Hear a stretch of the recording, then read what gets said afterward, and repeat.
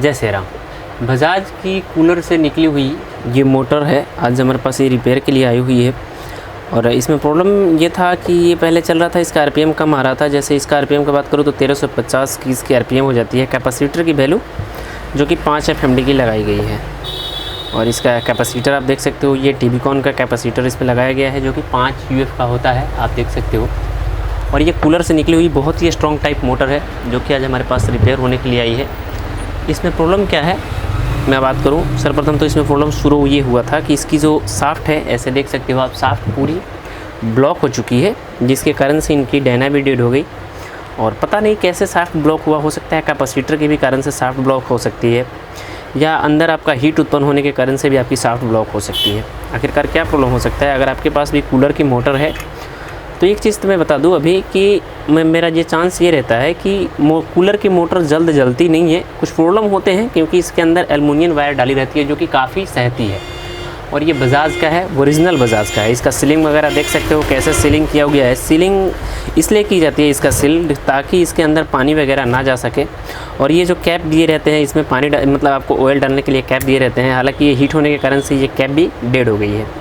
तो आज इस मोटर को हम ओपन करेंगे, और ओपन करके अगर आपके पास भी कूलर की मोटर है, इस तरह की प्रॉब्लम आती है या किसी भी तरह की और प्रॉब्लम आती है, तो आप हमारी इस वीडियो के साथ बने रहना। मैं अंत तक आपको इस चीज़ के बारे में अच्छे से समझाऊंगा कि आखिरकार किस तरह की प्रॉब्लम होती है और आखिरकार ये प्रॉब्लम क्यों होती है। जैसे बात करूँ इसके ब्लेड का, जो कि इसमें जो पंखी लगाए रहते हैं आपकी कूलर में, वो कुछ यूँ ढंग के पंखी इसमें लगाए रहते हैं जो कि आपका देखने में 5 ब्लेड फैन की तरह लगती है। ये वाली पंखी जो होती है ना, ये 5 ब्लेड पंखे की तरह होती है, लेकिन जो इसका पंखा होता है थोड़ा सा स्ट्रॉन्ग टाइप होता है, जो कि इसी मोटर का होता है। इसका आप डायना लगाने का तरीका देख सकते हो, आगे की साइड से नट कसने वाली इसकी जगह बनाई गई है। तो चलिए ना, टाइम को वेस्ट ना करते हुए हम मोटर को ओपन करते हैं। जैसे ये हमारे पास, हमने ही इसको ओपन करके लाई हुई है, काफ़ी दूर से आई है हमारे पास ये बनने के लिए। तो इसको जैसे मैं बता रहा हूँ कि इसको जैसे जैसे आप ओपन करोगे तो इसको हर जगह पे आपको एक सील्ड देखने को मिलेगी, जो कि वाटरप्रूफ टेप मतलब मिलती है, वो आपको लगाई हुई मिल जाएगी ताकि इसके अंदर पानी ना जा सके। तो देखो कैसे इस तरह में से एक ऑयल निकल रही है। अब पता नहीं, हमको यही देखने से ये लग रहा है कि पता नहीं कि इसके अंदर की कॉइल बची है या डेड हो गई है। अगर बची होगी तो भी ठीक है, नहीं बची होगी, हमारी तो जहाँ तक उम्मीद है कि इसकी कॉइल अंदर की नहीं बची है, क्योंकि इसके अंदर से ऑयल आ रहे हैं। दूसरा चीज़ ये होती है कि आपकी ये जो महक होती है ना, इसका बदबू कुछ ज़्यादा ही आ रहा है। सो भाई साहब आप देख सकते हो कॉइल इसकी पूर्णतः हमको लगता है कि जल गई है। हाँ, जल गई है, पूरी की पूरी कॉइल इसकी जल चुकी है। सारी साइड से इसके कॉइल जल चुके हैं। रीज़न ये है कि जैसे मैंने इसको टेस्ट कर लूँ, सर्वप्रथम तो मैंने बताया आपको कि एल्युमिनियम कॉइल से वेल्डिंग की गई रहती है। तो हाँ मेरे भाई, ये तो बात सही है कि हाँ एल्युमिनियम कॉइल से ही वेल्डिंग की गई है। रीज़न ये है कि ये मोटर ज़्यादा हीट होने के कारण से इसकी पूरी की पूरी कॉइल जो है फूक चुकी है। जैसे आप दोनों साइड से देख सकते हो, वैसे देखो पूरी की पूरी कॉइल फूक चुकी है। जैसे आपको सामने के साइड से दिखाई दे रहे होंगे, पूरी की पूरी कॉइल फूक चुकी है। अब इसका पूरा कॉइल ही चेंज करना पड़ेगा। कॉइल चेंज करने के साथ साथ आज कोई आपको एक बात बता दूं कि इसका लगता है हमको कि इसका शाफ्ट वगैरह सब कुछ चेंज करना पड़ेगा ताकि पूर्णतः हीट हो। तो जैसे कि आपने देखा, हमने इसको पूरा चेकआउट करने के बाद ये डिसीजन हमने निकाला कि भाई साहब ये मोटर बनने वाली नहीं है। ताकि देखो हम कितना कुछ इसका चेंज करेंगे। जैसे बात करूँ तो ये शाफ्ट का देखो हालात कुछ यूँ हो गया है, इसमें जो गैपिंग रबड़ वगैरह होती है सब कुछ जल गई है। नीचे की साइड से भी वही हालात है भाई। जब ये स्टार्टर बूस्ट वगैरह सब कुछ हमको इसका चेंज करना पड़ेगा, शाफ्ट वगैरह सब कुछ चेंज करना पड़ेगा। शाफ्ट भी चेंज करनी पड़ेगी, दोनों साइड बैरिंग बूस्ट चेंज करना पड़ेगा, उसके बाद कॉइल चेंज करनी पड़ेगी।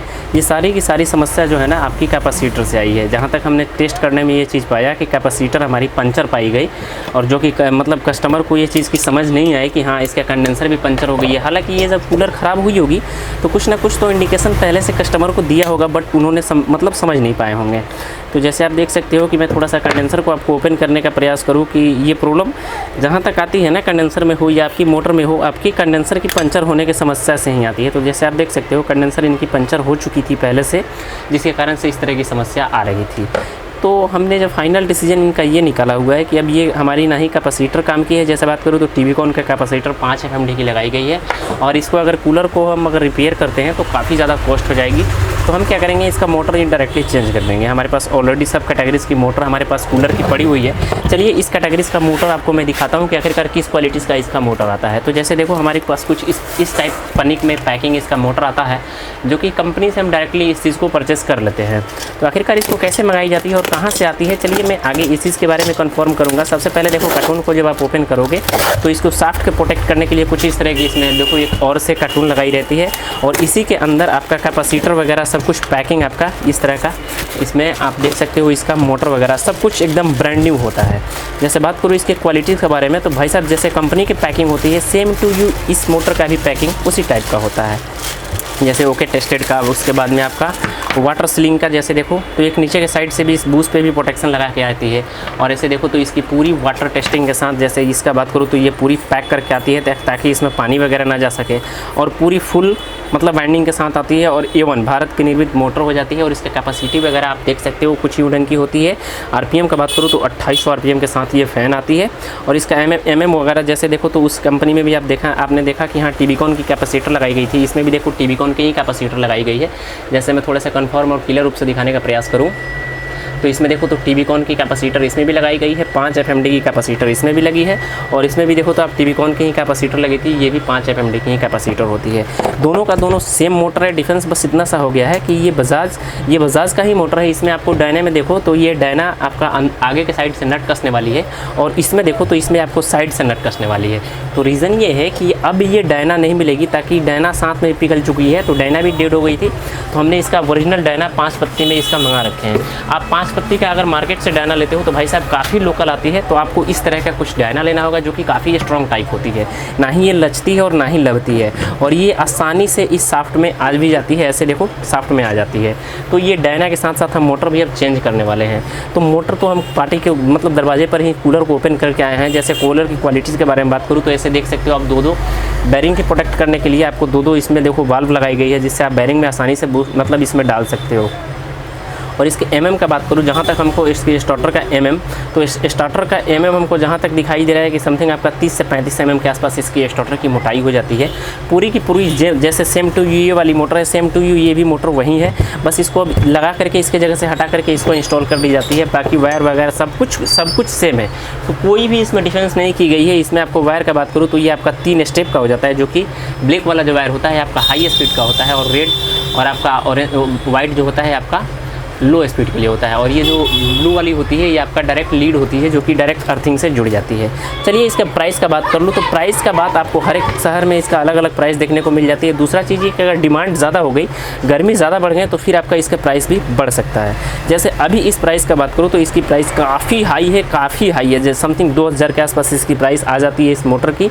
तो आप इस मतलब कूलर में अगर आपकी ख़राब होती है तो इस तरह के सिचुएशन आते हैं, तो आप ना ही चेंज करवाएं तो ज़्यादा बेटर होगा। तो ये छोटी सी नॉलेज आपको कैसी लगी? अगर आपकी मोटर के साथ इस तरह की प्रॉब्लम होती है तो ज़्यादातर आपको मतलब अगर इसको रिपेयर करते हैं तो वाटर जाने की समस्या ज़्यादा बनी रहेगी, वायर ठीक से नहीं बैठ पाएगी। तो इसलिए हमने डायरेक्टली इस मोटर को ही चेंज करते हैं, जिससे हमको झंझट नहीं रहती है और पार्टी की भी सहूलियत मिलती है। तो मैं आशा करता हूँ कि छोटी सी नॉलेज आपको अच्छे से समझ में आ चुकी होगी। समझ में आ चुकी तो प्लीज़ वीडियो को लाइक, चैनल को सब्सक्राइब कर लेना। मिलते हैं जानकारी के साथ, आपका भाई प्रिंस। जय श्री राम।